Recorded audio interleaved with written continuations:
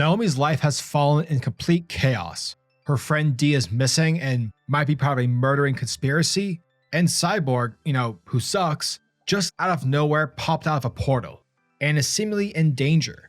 And the only hero who can help is none other than Naomi herself. Naomi Season 2, issue number 3, was definitely a letdown of an issue. Now, when it comes to me ranting, I apologize. I try to keep this channel positive while still giving my honest opinions about books and shows, etc. However, I gotta bring on my inner Boston. So, here we go. My biggest complaint about this book is that its main plot is very slow moving.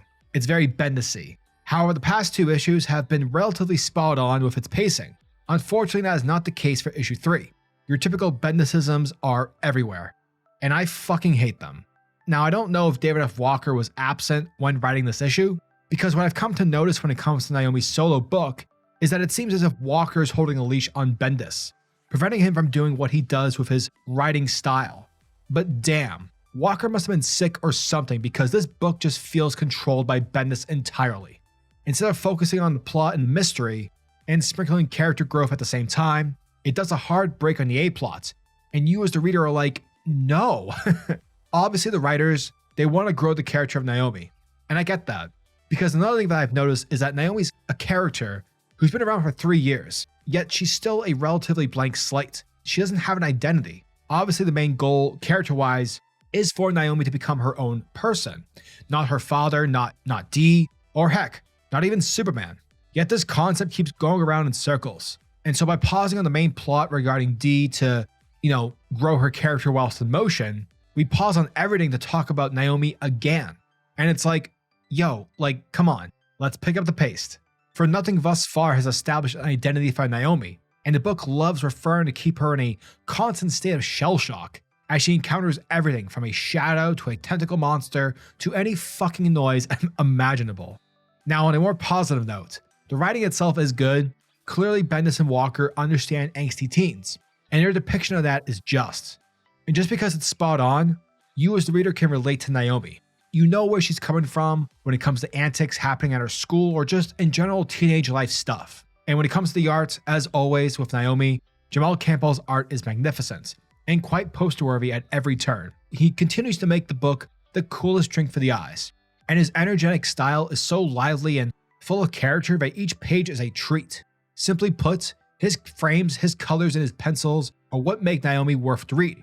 Whether it's bright colors, subtle hues, or hell, Hawkgirl's abs, Campbell has attention to detail, which is fantastic. Overall, this was a meh of an issue.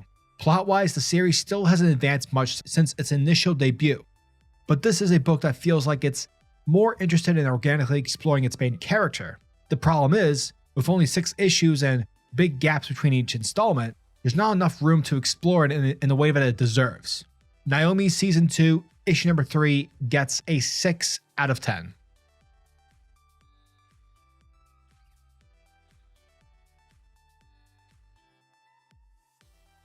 Our story picks up in Port Oswego, at the home of Naomi McDuffie, with her adoptive parents finding their daughter's room to be empty, which makes sense, since she clearly from the last issue ran off in the middle of the night to be a superhero.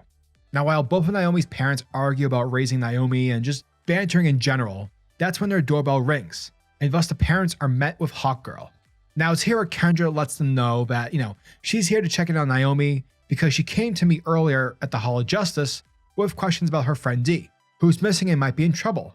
But instead, I kind of got in a whole history lesson with Naomi about the Thanagarian War, and sort of deviated into an anti-war speech that was so oblivious that I was sort of embarrassed enough to fly all the way out here to Port Oswego to see if she can actually be, I can be her mentor. However, finding out that Naomi is not at home, Kendra avoids the awkward questioning of Greg regarding her talk with Naomi and goes out to look for the young hero herself.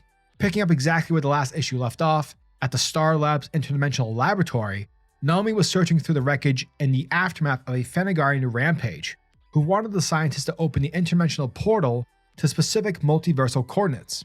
And so with Naomi suspecting that the Thanagarian to be D, she looks to the control terminal to find where he went. But that's when Cyborg stepped through a portal, telling her to close the portal immediately, because he is being followed by a tentacle monster.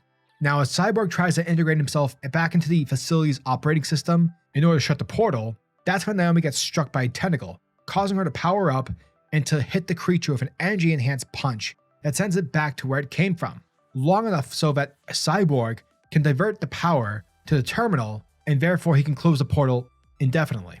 Now, with the threat of the danger being over, Naomi takes a breather before realizing that, the arm in which she took the hit on is swollen up and is bleeding.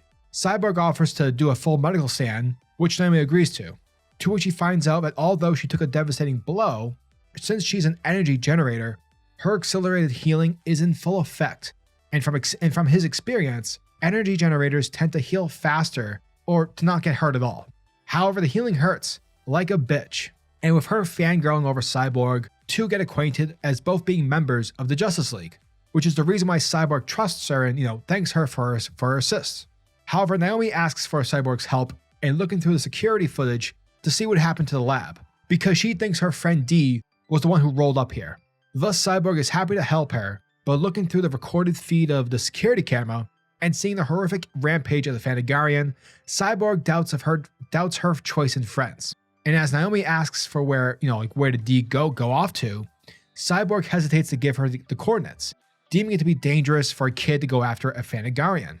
But Naomi lets him know that she has to stop him because she thinks that, after she confided in him about her intentions to go back to her homeworld and to fight the dude who destroyed her birth planet, D might have went out of his way to venture over to Naomi's homeworld himself in order to kill Zumbado on her behalf. With Cyborg not knowing on what to say, this is where we see the arrival of Hawkgirl. And as Victor tries to look through the portal's keylog, he finds out that the entire lab is unstable, and that's when the portal blows up. Thus, with any hope of Naomi finding out where D went, now going up in flames, Cyborg and Hawkgirl let her know that she can't control the outcome of whatever this is, and that the healthiest thing to do is for her to go home right now, back to her worried parents. Picking up later that night, Naomi flies back to Puerto Oswego, finding her dad sitting on the porch outside her house. But as she asks him if there has been any news or signs regarding D, Greg tells her no, but states that he is more worried about, where you are. With Naomi telling him that she's okay and the Justice League sent her home, Greg reasons that she's asking for a lot of understanding from her parents, but feels that she's not understanding their point of view, especially the chaos she created in their house tonight, because they didn't know where she ran off to. But when Naomi asks if he's mad at her again, Greg calmly explains to her that, every time a kid runs off to do whatever they want, it creates a ripple effect of dangerous scenarios in a parent's head.